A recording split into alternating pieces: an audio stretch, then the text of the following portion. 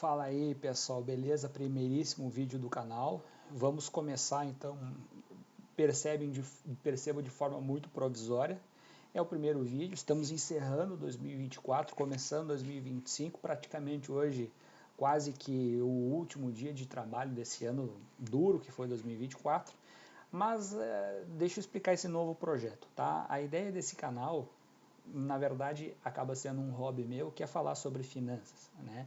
Então a ideia é justamente a gente criar uma carteira específica para o canal, estou começando ela hoje, tá? E eu gostaria que vocês fossem acompanhando ela ao longo de 2025, que a gente fosse discutindo ela, fazendo novos aportes, e eu explicando para vocês a filosofia de cada aporte, qual é o raciocínio de cada aporte, e como que ele vai redefinir ou redesenhar, se necessário, a nossa carteira ao longo dos próximos meses. Bora entender como é que vai funcionar então a nossa estratégia da carteira que nós vamos criar aqui? Vamos lá. Então começamos pelo princípio, né? Qual é a estratégia? O que queremos com essa carteira? Então a ideia é justamente essa, né? É uma carteira de longo prazo. Isso significa que nós não seremos imediatistas, teremos que dar tempo ao tempo, cujo foco será o crescimento patrimonial focado em empresas perenes, né? Aquelas empresas ou aqueles setores constantes, que não sofrem ou tendem a não sofrer ou tendem a não nos dar muitos sustos. Não faremos muitas apostas, iremos no pão com manteiga, né? O foco da carteira será uma estratégia direcionada a dividendos. Para quem não sabe, dividendos são os lucros que as empresas distribuem para os seus respectivos investidores. E nós não vamos estar aqui montando uma reserva de emergência, nós não estaremos aplicando em renda fixa, estaremos aplicando em renda variável, tá? Mas com um certo risco administrado, ou seja, nós vamos estar estudando o cenário macroeconômico para saber qual é a melhor estratégia, mas sem correr muitos sustos, ou pelo menos essa é a nossa expectativa, tá? A gente não recomenda que as pessoas, né, partam direto para a renda variável. A gente sempre recomenda que a pessoa comece por uma renda fixa, comece por uma reserva de emergência, comece montando uma reserva para caso algumas coisas deem errado ao longo da sua vida, sei lá, perder o emprego ou acontecer algum imprevisto, você tenha essa reserva. Então, como que está o cenário econômico hoje, né? Para a gente entender aonde que a gente vai aplicar, a gente tem que estar atento ao contexto. A gente está com uma incerteza fiscal muito grande no Brasil, né? Em síntese, o Brasil está gastando mais do que arrecada, está com uma dívida muito alta. E isso tem causado muita incerteza do mercado e a maior consequência são os juros altos, a inflação alta e o dólar alto. Então a gente tem percebido que o quê? Que como a gente está num cenário de juros altos, a expectativa é que a renda fixa ela se torne mais atrativa. Por quê? Porque os juros altos muitas vezes eles governam a remuneração de ativos de renda fixa. Então está fazendo o quê? Uma migração de pessoas da renda variável indo para a renda fixa. Essa expectativa de incerteza no Brasil, de juros altos, de inflação, ela deve perdurar durante o ano de 2025. Essa migração de pessoas de renda variável para renda fixa faz com que os ativos fiquem descontados, ou seja, aquilo que não está vendendo, que as pessoas não estão comprando, tendem a abaixar o valor. E aí é que começa o grande ponto. Por quê? Porque essa migração ou saída de pessoas de renda variável para a renda fixa faz com que esses ativos despenquem. E isso abre uma boa de uma oportunidade. Por outro lado, a gente também tem boas oportunidades na renda fixa americana. Por quê? Porque os juros americanos eles estão em patamares ainda interessantes, ainda altos. E isso acaba tornando muito atrativo o investimento do investidor estrangeiro na renda fixa americana, que é conservadora e acaba te dando um retorno maior. Esse investidor estrangeiro, muitas vezes, ele acaba tirando aqui do Brasil os seus investimentos, por não acreditar no Brasil, e acaba migrando muitas vezes para os Estados Unidos. A gente tem que mais do que 55% dos investidores aqui no Brasil eles são estrangeiros. Então, como você enxerga um cenário de incertezas no Brasil, um cenário de instabilidade econômica, uma descrença que esse governo vai conseguir controlar gastos, os estrangeiros eles acabam tirando dinheiro aqui do Brasil e acabam colocando esse dinheiro em ativos em outros países. A gente tem, inclusive, né, sendo um outro ponto aqui, as incertezas no Oriente Médio, né? Aquele conflito com o Iraque, com Israel, a gente não sabe muito bem no que aquilo vai de fato culminar, mas indiretamente, se aquele conflito esquentar, a gente vai ter um aquecimento do valor do petróleo. E a gente também tem uma preocupação com a China, né? A China com Taiwan, que se ameaçou ao longo desse ano que a China invadiria Taiwan, e isso somado com a guerra Rússia-Ucrânia poderia despontar, quiçá, uma nova guerra mundial. E a gente teve ao longo de 2024 também uma explosão de criptomoedas, né? As criptomoedas chegaram praticamente a ter 100% de retorno, ou seja, elas explodiram, elas tiveram uma elevação muito grande dos seus respectivos valores. E a conclusão que a gente tem para essa tomada de decisão, olha, a gente consegue olhar para o passado e ver realmente o que aconteceu com o passado, mas a gente não sabe o que vai acontecer no futuro. A gente vai tentar aqui fazer algumas previsões sobre o que vai acontecer, né? E aí, sobre o que pode acontecer, na verdade. Então, a gente tem algumas certezas. Quais são essas certezas? Que as ações brasileiras elas estão muito descontadas, né? Por outro lado, a gente tem um cenário de uma certa neutralidade das ações americanas. Por quê? Porque elas já se alargaram muito, se inflaram muito ao longo de 2024. A gente teve valorizações aí da renda variável americana na casa dos 30%, 40%, dependendo do ativo. Então, a gente percebe que as ações americanas elas incharam. E a gente tem aquela teoria, as árvores não crescem até o céu, né? É possível que haja visto o extraordinário ano de 2024 das ações americanas. Elas perdurem, elas ainda sigam assim em 2025. A gente tem o fator Trump, que a gente não sabe necessariamente quais que serão as características do governo Trump. Ele fala muitas vezes em botar um pé na porta dos imigrantes, só que tem um problema, né?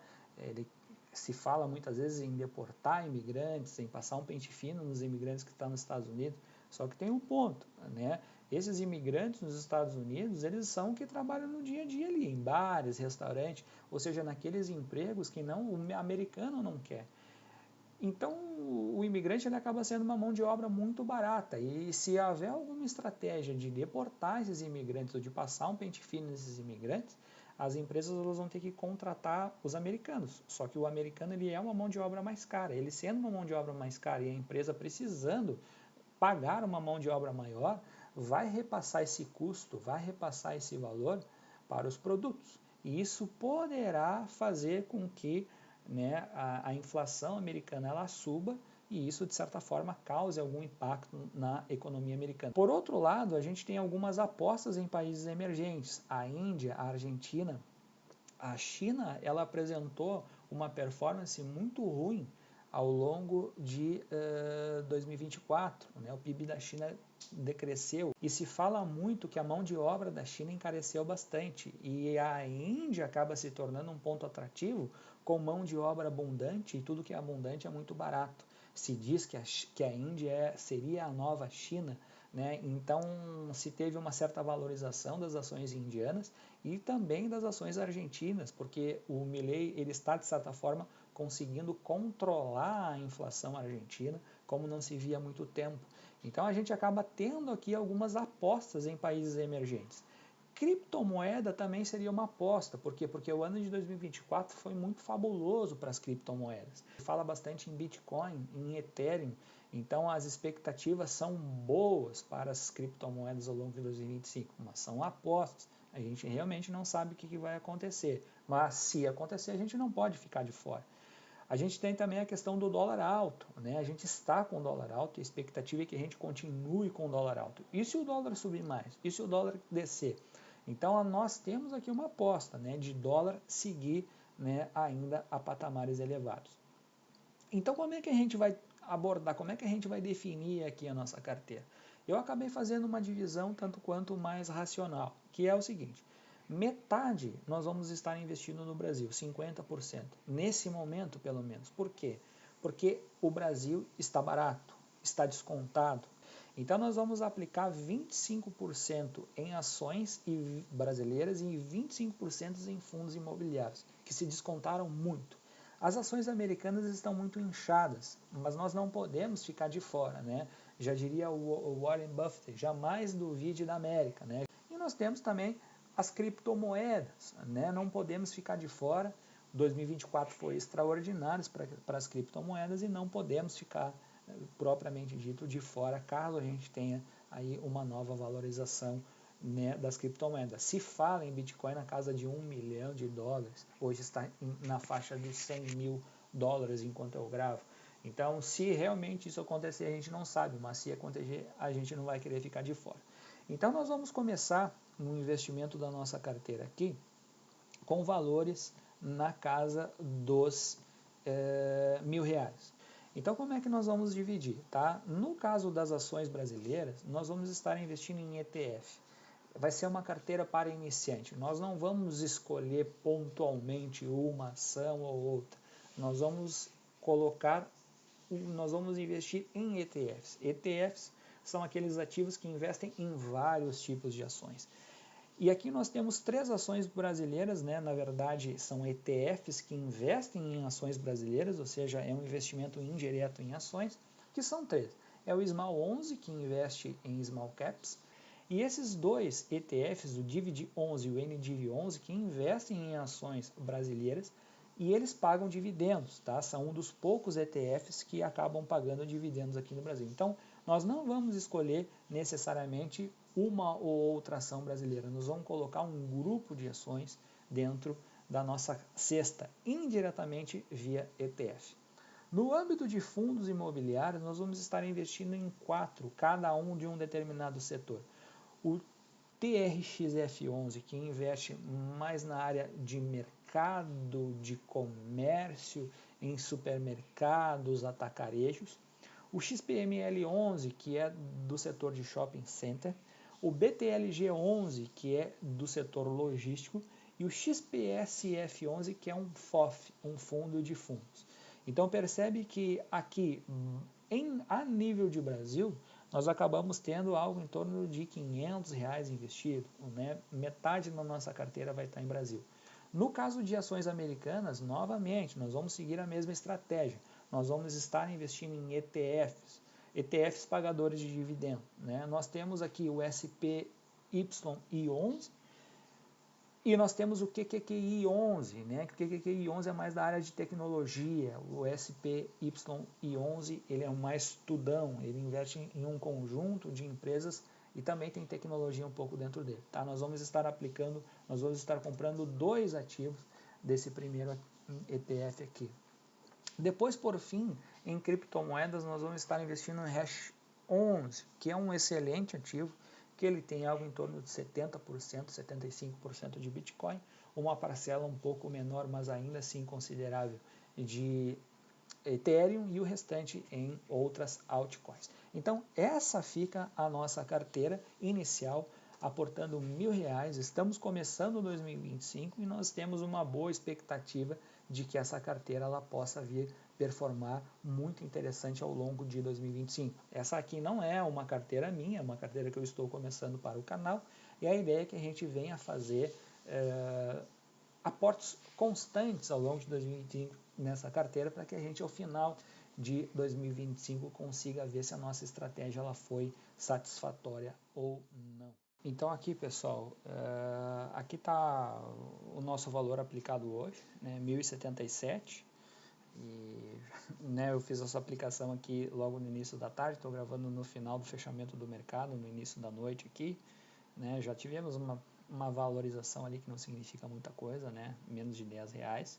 Nós vamos estar usando o investidor 10, tá, para fazer o controle dessa carteira, para que a gente consiga fazer a análise dela ao longo do tempo. Então tá aqui os 4 FIIs, né, com uma pequena variação do valor que eu havia mostrado ali na apresentação, haja vista, né, a própria variação do mercado, e depois aqui os 6 ETFs, né, a maioria dos ETFs pagadores de dividendos, para que a gente consiga ver os dividendos eles crescendo na nossa carteira ao longo do tempo.